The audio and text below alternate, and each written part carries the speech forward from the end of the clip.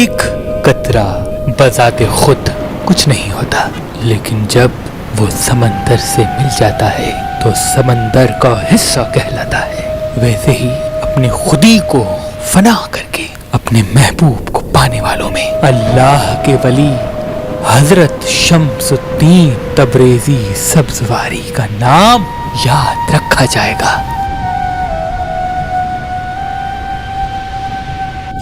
آپ کا شجرہ نسب تاریخ نے اپنے دامن میں کچھ یوں لکھا ہے: امام علی، ان کا بیٹا امام حسین، ان کا بیٹا امام زین العابدین، ان کا بیٹا امام محمد باقر، ان کا بیٹا امام جعفر صادق، ان کا بیٹا حضرت اسماعیل، ان کا بیٹا محمد، ان کا بیٹا اسماعیل ثانی، ان کا بیٹا محمد منصور، ان کا بیٹا سید غالب، ان کا بیٹا حضرت عبد المجید، اور ان کے دو بیٹے ہوئے حضرت منتخب باللہ اور حضرت منتظر باللہ۔ حضرت منتخب باللہ سے حضرت قلندر شہباز کا نسب ملتا ہے، اور حضرت منتظر باللہ سے شاہ شمس تبریز کا کچھ یوں۔ ان کے بیٹے ہوئے حضرت احمد ہادی، ان کے بیٹے ہوئے سید ہاشم علی، ان کے بیٹے ہوئے محمد معصوم، ان کے بیٹے ہوئے محمود، ان کے بیٹے ہوئے سید محب، ان کے بیٹے ہوئے علی خالد، ان کے بیٹے ہوئے عبد المومن، ان کے بیٹے ہوئے علی سلام الدین، ان کے بیٹے ہوئے محمد صلاح الدین، ان کے بیٹے ہوئے حضرت شمس الدین تبریزی سبزواری،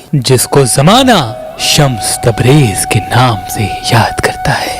آپ کی ولادت سے تقریباً 25 سال پہلے آپ کے دادا علی سلام الدین نے آپ کے بابا محمد صلاح الدین سے کہا کہ اے میرے بیٹے، ان قریب اللہ تجھے ایک بیٹا دے گا جس کا فیض سورج کی طرح پوری دنیا میں چمکے گا، اس کا نام شمس رکھنا، اور اسے یہ میری امانتیں دینا اور کہنا جو علم اسے ملنا ہے وہ علم اس کے خون میں چھپا ہے۔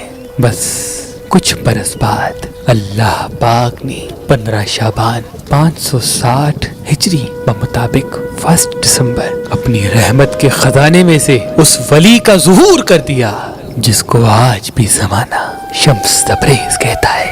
آپ بچپن سے ہی تنہائی پسند تھے، سارا دن اندھیرے میں تنہا بیٹھے رہتے تھے اور اپنے والد سے مختلف علوم سیکھتے رہے، جن میں علم سلوک، علم نجوم، علم عقوب، علم نقالہ، علم نتیت، علم ابجد، علم لباب، علم جفر، علم نور، جنات نقد، مسام، اسرار زبان، نخد اور نیالہ کے ہزاروں راز تھے۔ آپ کی عمر مبارک ابھی 16 سال تک ہی پہنچی تھی کہ آپ ہر انسان کے ہر سوال کا جواب قرآن سے دینے لگے۔ بعض مرتبہ آپ کے والد آپ کی اس معرفت کی منزل کو دیکھ کے اپنے بابا کی وہ بات یاد کیا کرتے تھے کہ تیرے بیٹے شمس کا نور پوری دنیا میں چمکے گا۔ لیکن جیسے جیسے آپ کا علم بڑھتا رہا، آپ لوگوں سے ملنا کم کرتے رہے۔ آپ کے بابا مختلف گاؤں، دیہات، شہر میں آپ کو لے کے جایا کرتے تھے اور آپ دین حق کی تبلیغ کیا کرتے تھے۔ بس آپ کی عمر ابھی تھوڑی ہی بڑی ہوئی تو آپ کے والد نے آپ کی الگ طبیعت کو دیکھ کے حضرت جلال الدین کی بیٹی سے آپ کی شادی کرانے کا فیصلہ کر دیا۔ اپنے والد کی خوشی کے لیے آپ نے شادی کر دی اور اس سے آپ کو اللہ نے 2 فرزند عطا کیے، ایک سید نصیر الدین اور دوسرا سید اللہ الدین، جن سے آپ کی اولاد آج بھی پوری دنیا میں شمسی، تبریزی یا سبزواری سادات کے نام سے پائی جاتی ہے۔ بس زندگی گزر ہی رہی تھی کہ ایک رات آپ کے والد نے خواب دیکھا کہ وہ سورج کی روشنی کو زمین میں تدفین کر رہا ہے۔ خواب سے بیدار ہوا، تعبیر پوچھنے کے لیے سوچ ہی رہا تھا تو آپ کے فرزند حضرت شمس تبریز قریب آئے اور کہا، بابا، اللہ نے سورج کی روشنی کو سب کے لیے رکھا ہے، لیکن آپ کا اس سورج سے پیار اس فیض کو دنیا سے روک دے گا۔ بس اتنا کہنا تھا تو آپ کے والد نے اس خواب کی تعبیر پالی اور کہا، اے میرے بیٹے، تیرا جہاں جی کرے وہاں چلا جا، کیونکہ تیرے ہاتھوں سے، تیرے کردار سے لاکھوں لوگ فیض پائیں گے اور سینکڑوں لوگ مسلمان ہوں گے۔ جاؤ بیٹا جاؤ۔ بس اپنے بابا سے اجازت لے کے آپ تبریز کی طرف روانہ ہو گئے اور 12 سال تبریز میں رہے۔ جیسے کہ وہاں کے لوگ انسانوں پہ ظلم کرتے تھے تو آپ مسلسل ان کی اصلاح کرتے رہے، تبھی آپ کو شمس سبزواری اور شمس تبریزی بھی کہا جاتا ہے۔ بس اس کے بعد شاہ شمس تبریز مکے کی طرف روانہ ہو گئے۔ اللہ کے گھر کی زیارت کے بعد روضہ رسول پہ آئے، وہاں سے نجف، نجف سے کربلا، کربلا سے بغداد، بغداد سے سامرا، سامرا سے پھر مشہد، مشہد سے کینیا، افریقہ، پوری دنیا میں مختلف مختلف جگہوں پہ جاتے رہے اور اپنے کردار و کرامات و علم سے لوگوں کو فیض دیتے رہے۔ تبھی آپ کو مختلف ممالک کے لوگ مختلف نام سے بلانے لگے۔ روم میں شمس تبریز، عراق میں شمس بغدادی، ایران میں شمس تبریزی سبزواری، کشمیر میں شمس پرندہ، افریقہ میں شمس کلندر، کنان میں شمس کنانی، مصر میں شمس مصری اور شام میں شمس الدین کے نام سے یاد کیا جانے لگا۔ آپ کی ایک عادت ہوا کرتی تھی کہ آپ مختلف شہر جا کے تبلیغ اور لوگوں کی اصلاح کیا کرتے تھے، لیکن جب وہاں کے لوگ درس اخلاق پا لیتے تھے تو آپ وہاں سے کوچ کر لیا کرتے تھے۔ وہ لوگ ڈھونڈتے رہتے تھے، لیکن آپ پھر کہیں ایسی جگہ چلے جایا کرتے تھے جہاں لوگوں کو اصلاح کی ضرورت ہوتی تھی۔ تبھی آپ کی اعزازی قبریں کافی مقامات پر ہیں۔ کوئی ایران میں بھی آپ کی اعزازی قبر بنی ہوئی ہے، روم میں بھی آپ کی اعزازی قبر بنی ہوئی ہے، ترکی میں بھی آپ کی اعزازی قبر بنی ہوئی ہے، قراقرم میں بھی آپ کی قبر بنی ہوئی ہے، کیونکہ آپ لوگوں کی اصلاح کے بعد اچانک سے وہاں سے چلے جاتے تھے اور لوگ آپ کو ڈھونڈتے رہتے تھے اور آپ کی اعزازی قبر بنا لیتے تھے۔ ایسے گھومتے گھومتے جب آپ کی عمر مبارک تقریباً 60 سال کی ہوئی تو آپ روم پہنچے۔ پھٹی ہوئی چپل، پرانے کپڑے، فقیری لباس، بڑے بال، لوگ آپ کو عجیب نگاہ سے دیکھتے تھے اور لبوں پہ ہر دم ذکر علی ابن ابی طالب علیہ السلام اور بی بی فاطمہ زہرا سلام اللہ علیہا کی شان مسلسل بیان کرتے رہتے تھے۔ یہی سبب تھا کہ لوگ اور اس وقت کے علماء دین آپ کی توہین کرتے تھے۔ ایک مرتبہ روم میں آپ چل رہے تھے، دیکھا کہ ایک عالم جس کو زمانہ جلال الدین رومی کے نام سے پہچانتا ہے اپنے شاگردوں کو درس دے رہا ہے، اور اس کے ساتھ اس کی وہ انمول کتابیں جو ہاتھ سے لکھی ہوئی تھی، جس میں کچھ اس کے والد کے ہاتھ کی لکھی ہوئی کتابیں بھی تھی۔ شاہ شمس تبریز قریب آ کے کہنے لگے، اے اپنے آپ کو عالم کہنے والے، یہ کیا ہے اور تم کیا کر رہے ہو؟ مولانا رومی نے اوپر دیکھا، پھٹے ہوئے کپڑے، ٹوٹی ہوئی چپل، بڑے بال، چہرے پہ مٹی۔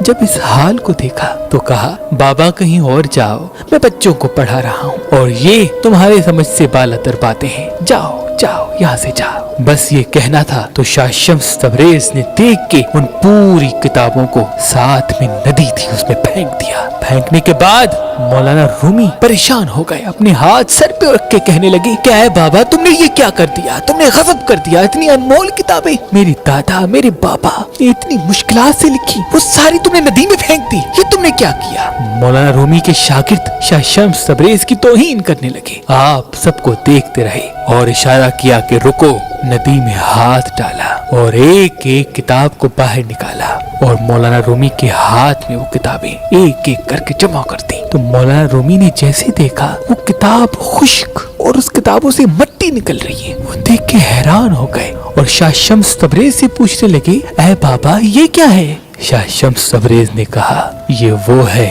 جو تم نہیں جانتے۔ بس شاہ شمس تبریز یہ کہہ کے چلے گئے اور مولانا رومی اپنے شاگردوں کو چھوڑ کے شاہ شمس تبریز کے پیچھے پیچھے آنے لگے اور قدموں میں گر گئے اور کہنے لگے، مجھے معاف کرنا، مجھے اپنا شاگرد بناؤ، جو علم تمہارے پاس ہے مجھے بھی سکھا۔ تو شاہ شمس تبریز نے کہا، علم ڈھونڈنے سے نہیں بلکہ خود کو کھونے سے ملتا ہے، کیونکہ ایک قطرہ کچھ نہیں ہوتا، لیکن جب وہ سمندر سے مل جاتا ہے تو سمندر کا حصہ کہلاتا ہے۔ بس اس دن سے مولانا رومی سارا دن آپ کے قدموں میں بیٹھ کے آپ سے فیض حاصل کیا کرتے تھے اور آپ کے مرید بن گئے اور رقص کرنے لگے۔ لوگوں کو پڑھانے کے بجائے اپنے آپ میں کھو گئے، خدا کے عشق میں جبیں کو خم کر دیا۔ لیکن جو مولانا رومی کے شاگرد تھے वो दिन ब दिन हजरत शाह शम्स तबरेज के दुश्मन बन बैठे कि इस बाबा ने पता नहीं क्या हमारे उस्ताद पे जादू कर दिया कि सारा सारा दिन ये घूमते रहते हैं, रक्स करते रहते हैं, हर चीज तब्दील कर दी, हर चीज छोड़ दी।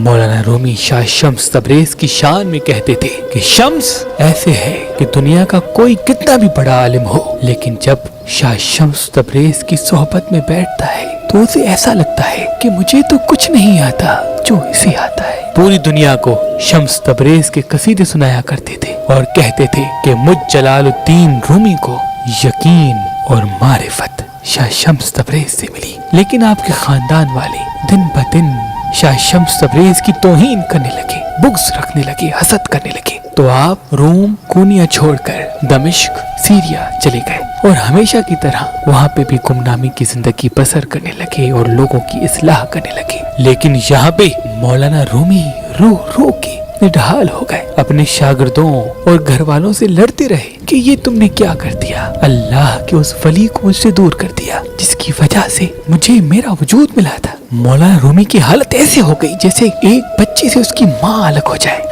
रोते रहते थे, पूरा साल गुजर गया। किसी ने मौलाना को ये खबर दी कि दमिश्क में शम्स तबरेज को देखा गया है। तो आप ढूंढते ढूंढते दमिश्क आ पहुंचे और बड़ी मिन्नतें की कि आप हमारे साथ रहें, आप हमसे अलग ना हो, क्योंकि मुझे आपसे काफी फैज़ और लेना है। आप मेरे लिए मारिफत के राही हैं, मेरे हादी हैं, मेरे मुर्शिद हैं, मेरे उस्ताद हैं। बस बहुत मिन्नतों के बाद शाह शम्स तबरेज फिर से रोम आ गए और साथ रहने लगे। तो फिर से मौलाना रूमी ना मदरसा, ना जुम्मे का खुतबा, ना शागिर्दों को इल्म, ना किसी से बात, बस फकीरों की तरह अपने खुदी में खोए हुए शाह शम्स तबरेज के साथ मारिफत की राह पे अकेले चल पड़े। कुछ वक्त तो लोगों ने सब्र किया, लेकिन फिर से मुनाफिकीन उठे, हासदीन उठे और कहने लगे कि जब तक ये ढोंगी बाबा होगा तब तक हमारा उस्ताद हमें इल्म नहीं देगा। आओ इस बाबा को कत्ल कर लेते हैं, मार देते हैं। शाह शम्स तबरेज ने अपने शागिर्द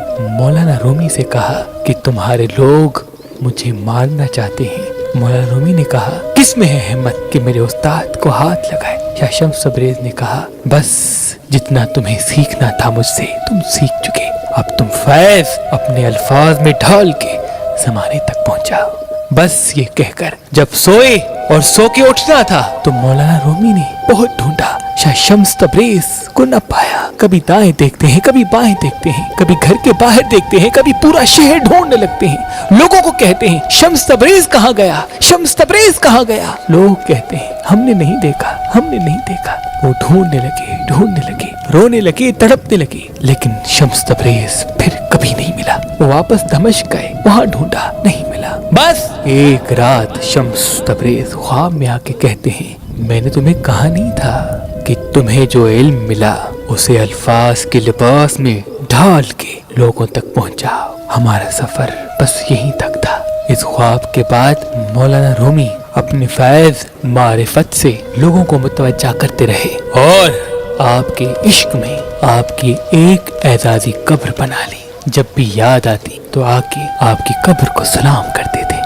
और शाह शम्स तबरेज वहां से इमाम अली के रोजे पे आके एक फकीर की तरह बैठ के जिंदगी बसर करने लगे। कभी किसी गांव, कभी किसी गांव, कभी किसी शहर जाते थे, लोगों की इस्लाह करके फिर से रोजा इमाम अली पे आके बैठ जाते थे। बस एक मर्तबा आप इमाम मूसा काज़िम अलैहिस्सलाम के रोजे की ज़ियारत के लिए बगदाद गए तो बगदाद का बादशाह रास्ते से जा रहा था। सब अपने सर को झुका के खड़े थे, लेकिन शाह शम्स तबरेज बारोब उस बादशाह के चेहरे को देख रहे थे। बादशाह को ये बात पसंद नहीं आई। उसने कहा ये फकीर कौन है? लोगों ने कहा पता नहीं, ऐसे ही कोई फकीर है आया है। उसने शाह शम्स तबरेज को कैद करा के अपने महल बुलाया और तौहीन की, बहुत कुछ कहा। शाह शम्स तबरेज सिर्फ देखते रहे। बहुत तौहीन के बाद अपने महल से निकाल दिया। बस शाह शम्स तबरेज का बगदाद से नजफ की तरफ जाना था कि इतनी देर में उस बादशाह का बेटा मर गया। बेटे का मरना था तो लोगों में ये चर्चा शुरू हो गया कि शायद उस फकीर की बद्दुआ लगी है जिसको बादशाह इतना बुरा भला कह रहा था। उसने कुछ भी नहीं कहा। बादशाह को इस बात का एहसास हुआ। उसने अपने सिपाहियों से कहा कि जाओ ढूंढो, उस फकीर को ढूंढो, मुझसे बड़ी गलती हो गई, मैं उसे माफी मांगना चाहता हूँ, मुझे इतनी बड़ी सजा न दे, जाओ उसे ढूंढो। किसी ने कहा कि हम उस फकीर को नजफ में देखते हैं, वो रोज़ाए अली के साए में बैठा होता है। आते हैं और शाह शम्स तबरेज के कदमों पे गिर के कहते हैं, ऐ अल्लाह के वली, चलो बादशाह के पास। तो आपने कहा, कौन बादशाह? मेरा बादशाह सिर्फ अली है। लोगों ने कहा, आप चले, वो आपसे माफी मांगना चाहता है, उसका बेटा मर गया और उसे ये लगता है कि उसे आपकी बद्दुआ लगी है, बस ये कहना था। तो आपने कहा, जाओ अपने बादशाह और उसके मरे हुए बेटे को मेरे बादशाह अली की दरबार में लेके आओ। बस वो बादशाह रोते रोते अपने बेटे की लाश को लेके शाह शम्स तबरेज के पास आया और दस्ते अदब को जोड़ के अर्ज करने लगा, ऐ अल्लाह के वली, मुझे माफ करना, मैं दौलत के नशे में मस्त था, आपके दिल को दुखाने के सबब अल्लाह ने मुझसे मेरा बेटा ले लिया। शाह शम्स तबरेज ने कहा, जिंदगी और मौत अल्लाह के हाथ है। उस बादशाह ने रो के कहा, ऐ अल्लाह के वली, आप सिर्फ अल्लाह से ये कहे कि अगर आपके दिल दुखने के सबब मेरा बेटा मरा है तो वो जिंदा हो जाए, बस ये कहे। तो शाह शम्स तबरेज ने हाथों को उठा के कहा, ऐ अल्लाह, अगर इस बादशाह कहलाने वाले इंसान का बेटा इसलिए मर गया कि उसने तेरे बंदे का दिल दुखाया, तो इसका बेटा मेरी दुआ से जिंदा कर दे, बस ये कहना था। तो बादशाह का बेटा जिंदा होके खड़ा हो गया। लोग हैरान हो गए कि ये क्या हुआ, 2 दिन से मरा हुआ इंसान कैसे जिंदा हो गया। यकीनन ये बहुत बड़ा जादूगर है, इसकी खाल उतारो, इसे संसार करो, इसे जलावतन करो। ये बातें फैलने लगी। आपने जलाल में सबको देखा और कहा, अल्लाह के मोजज़े को जादू कहते हो, तुम्हें खाल चाहिए, ये लो।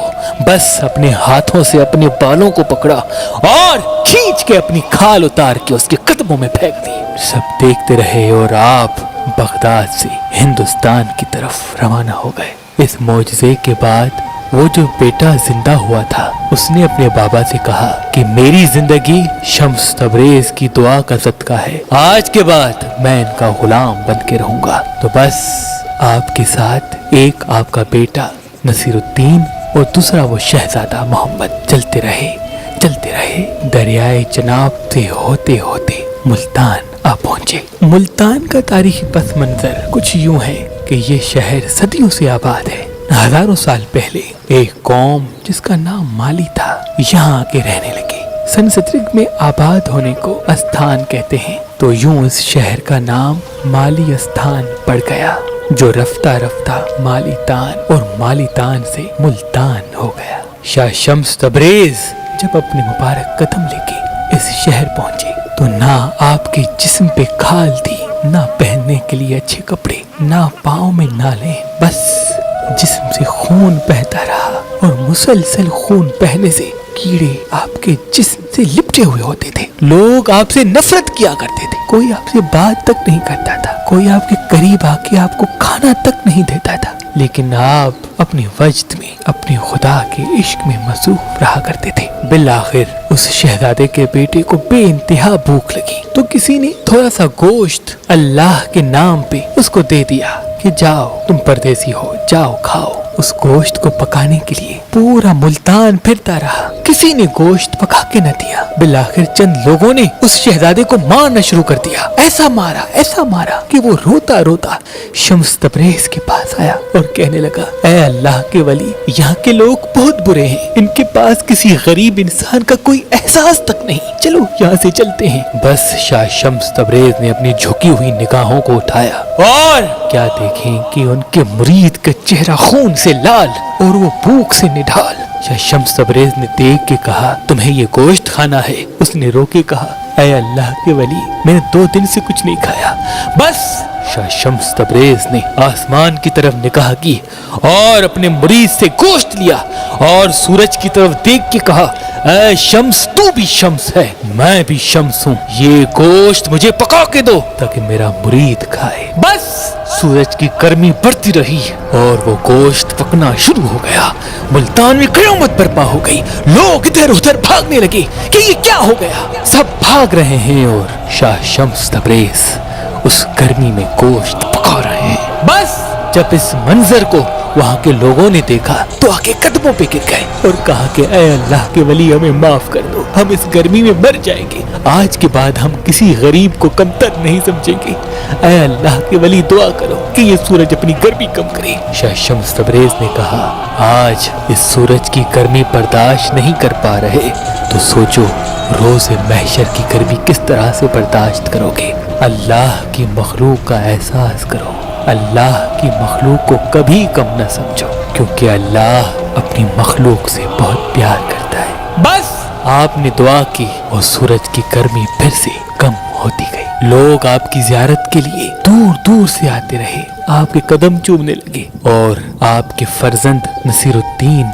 और उस शहजादे के बेटे ने बताया कि ये शम्स तबरेज है, मौलाना रूमी का उस्ताद, सब्जवार का सैयद, आले रसूल आले अली है। आपके जिस्म पे खाल ना होने की वजह से आपके जिस्म का खून इतना बह चुका था कि चंद ही अयाम में आप दारुल फना से दारुल बका की तरफ कूच कर गए। लेकिन आपके बेटे नसीरुद्दीन ने जो इल्मी बातें आप लोगों को बताया करते थे, इल्मे नुजूम, इल्मे जफर, इल्मे नखत के वो राज जो जमाने को सिखाते थे, वो अक्सर करके तहरीर किया करते थे। और वो जो पत्थर जो हमेशा आपके सीने में हुआ करता था, उस पत्थर और हाथ की किताबों को आपने अपने बाबा की आखिरी निशानी समझकर अपने घर में छुपा दिया, जो पुश्त दर पुश्त होते होते आज हम तक आ पहुंचा और हम उन हाथ के लिखे हुए किताबों के तवस्सुत से